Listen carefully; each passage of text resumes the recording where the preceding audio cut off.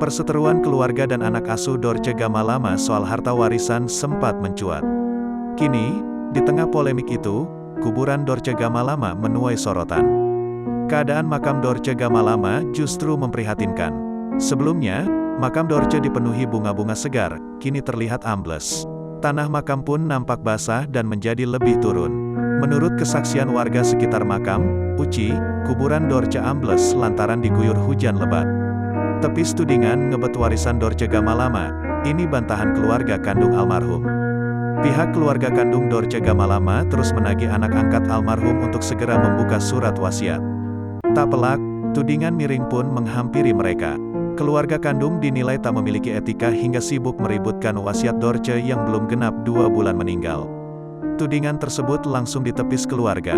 Mereka pun berdalih telah merawat Dorce selama sakit, bukan anak-anak angkat almarhum.